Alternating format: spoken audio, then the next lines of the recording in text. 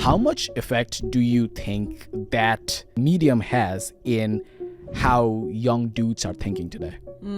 Especially given the fact that they aren't being talked about by capital C culture at large. Yeah, it's huge. It's huge. What we saw was this massive underserved audience who was now being able to find validation in YouTube videos and Twitter accounts, and there were places to talk to each other that weren't just like kind of nerdy forums or really dark places like 4chan. It was sort of like normal people could find other people saying what they wanted to hear, and on like more immediate things. So they didn't have to wait for a book to be published about Gamergate. Someone was like talking about it on YouTube, and they could interact with that. And so I think that was the beginning of what blossomed into the manosphere that the left is now sort of pejoratively referring to, and it's because the left ignored them for so long.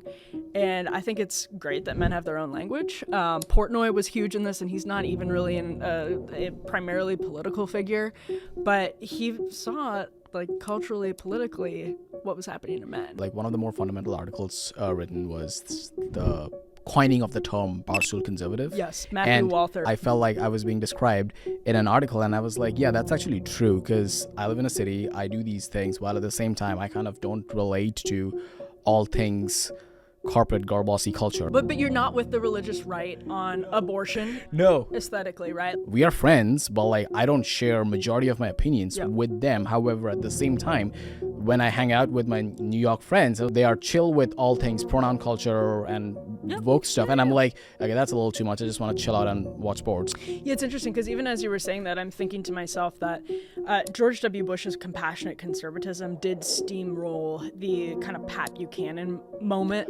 MAGA, all of this is, it'll probably age poorly in 6 months, even after just seeing what Trump does. Does he stick with Musk? Does he have a massive falling out with Musk? That is determinative, hugely determinative in and of itself, because Trump is not fundamentally an ideologue, other than sort of having this populist take on trade and immigration. That's his ideology, is what he defines as patriotism.